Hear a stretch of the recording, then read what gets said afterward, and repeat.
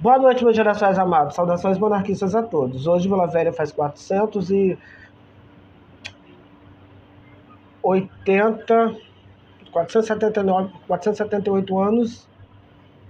Errei a data de novo. Puta que pariu. Foi 478. Ah, tudo bem, vamos embora. 478, 479, mais ou menos por aí. Bem, vamos explicar algumas coisinhas antes da colonização para vocês. Os portugueses, os portugueses, através dos fenícios, eles detinham as cartas náuticas. Por isso o Brasil foi achado.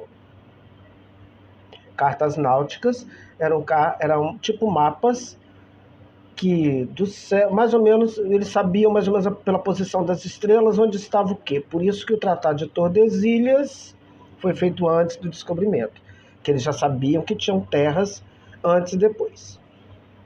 Certo? Metade fica da Espanha, metade de Portugal.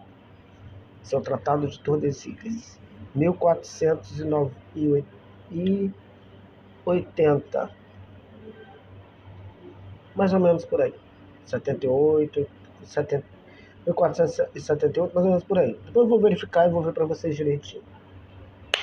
Então, Vasco Fernandes Coutinho realizou serviços militares para o rei Dom João, período da conquista da África e da Ásia, quando Portugal se lançou de forma pioneira nas navegações marítimas e dominou o comércio das especiarias orientais, século XV e XVI. Após o convite para assumir a capitania, Vasco vendeu as terras, conseguiu empréstimos, renunciou a uma pensão vitalícia no valor de 30 mil réis por ano. Em troca, Dom João concedeu embarcações e provisões e conseguiu aproximadamente 60 pessoas, entre eles 2 fidalgos, para acompanhá-lo nessa empreitada colonizadora a bordo da caravela Glória. Como os portugueses já sabiam que existiam terras, mandou Vasco Fernandes Coutinho para cá, para colonizar uma das capitanias hereditárias. Vamos lá. Pediu ao rei que lhe concedesse a oportunidade para entrar em outros maiores, fazendo-lhe a mercê de uma capitania na costa do Brasil, desejoso que se sentia de povoá-la e dela conquistar o sertão. Ao dito requerimento, decidiu Dom João III conceder-lhe 50 léguas de terra ao longo da costa do Espírito Santo, com toda a terra para o sertão, começando onde terminasse Pero Campo e o capitão Porto Seguro. Transcrição de Vasco Fernandes Coutinho, 1534. Então, Vasco Fernandes Coutinho chegou aqui em 1534. Vamos lá. Aproximando-se aproximava-se agora à esquerda. Ele entrou na Baía da Vitória pensando que era o Rio, mas não era uma baía. Mas acontece que os grupos tupis avolumaram-se na praia e tentaram impedir o desembarque. Supõe-se que as experiências desastrosas anteriores entre esses índios e os europeus levaram a receber mal a expedição de Vasco Fernandes Coutinho de forma desastrosa. Disparos provenientes das caravelas afugentou-os.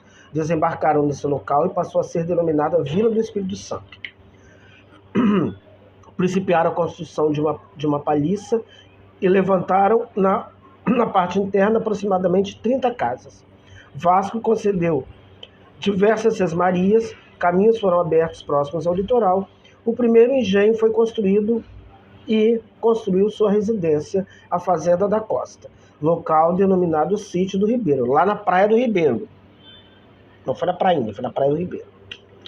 Nos anos seguintes foi construída a igreja de Nossa Senhora do Rosário. O cerco indígena era constante, exigindo a presença de sentinelas de dia e de noite, havendo, porém, alguns poucos tupis que se aproximavam, estabelecendo contato através de escambo, matérias-primas locais em troca de produtos e objetos europeus. Vamos lá. Depois de 5 anos da presença portuguesa, estava claro que para esses europeus, que os nativos não iriam se submeter à vontade do colonizador, pacificamente. Muita luta nesses 5 anos de Vasco Fernandes Coutinho na capitania do Espírito Santo. A posição da Vila do Espírito Santo na praia, entre os morros do Moreno e da Penha, dificultava as tentativas de penetração para o desenvolvimento de uma lavoura açucareira, pois seus moradores seriam alvos fáceis de cercos indígenas.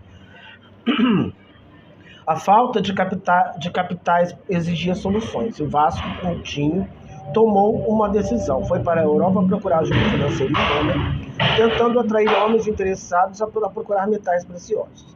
Na ausência do donatário, foram 7 anos. A violência contra indígenas das imediações foi avassaladora, o que promoveu uma reação dos silvícolas que se reuniram para expulsar o colono português. Os aimorés, os goitacás e os tupis arrasaram a vila do Espírito Santo, que era Vila Velha. Liderados por Duarte Lemos, os poucos sobreviventes fugiram para a ilha de Santo Antônio. Outros pediram asilo nas demais capitanias vizinhas, outros ainda morreram na Mata Atlântica. Houve também um pequeno grupo que, subindo o mar, alcançou a região de São Mateus, onde fundaram a vila de São Mateus em 1541. Assim iniciou o povoamento da cidade de Vitória, que foi denominada Vila Nova, na ilha de Santo Antônio. Duarte Lemos, ainda no comando, concedeu terras aos moradores, montou uma agromanufatura açucareira. Na agromanufatura açucareira foi fundada a Capela de Santa Luzia, antigo oratório da fazenda. Vasco retornou de Portugal com poucos recursos e continuou a mudança da sede para Vitória. Essa é a fundação da capitania do Espírito Santo. Mas voltando às cartas náuticas, os fenícios já haviam chegado aqui no Brasil muito antes. E eles fizeram algumas cartas náuticas, tipo mapas. Então já se sabia o que existia aqui. Então isso aqui não foi descoberto. Foi simplesmente, já sabiam. Eles seguiam as cartas náuticas, eram feitas pelas estrelas. Então sabia, lá naquela estrela, lá embaixo, tem terra. Vamos para lá. É assim. Foi assim que os portugueses chegaram em Vila Velha em 1535 e ficaram aqui 5 anos penando com os índios, que os índios não deixavam em paz. Eles faziam as casas de dia, os índios metiam flecha com fogo de noite. Fazia de dia, os índios atacavam de noite. Mesmo assim, ainda conseguiram construir a Igreja do Rosário na prainha. Certo? Boa noite, saudações monarquistas a todos. Parabéns, Vila Velha. Hoje, nosso município fez 489 anos. Eu errei a data, 489. Certo? E o prefeito deu um presente para todo mundo. Sabe qual foi? R$150 de bolsa estudante para os alunos matriculados no ensino fundamental. Mas os abrigos de ônibus estão abandonados, não existem mais desde 1990. E ele não está nem aí para isso. Vai botar os alunos, vai pagar os alunos para ir para a escola, como se fosse um suborno e compra de voto, mas os alunos vão ficar esperando o ônibus no sol e na chuva. Viva Arnaldinho Borgo, que está ferrando Vila Velha. Boa noite. Beijos.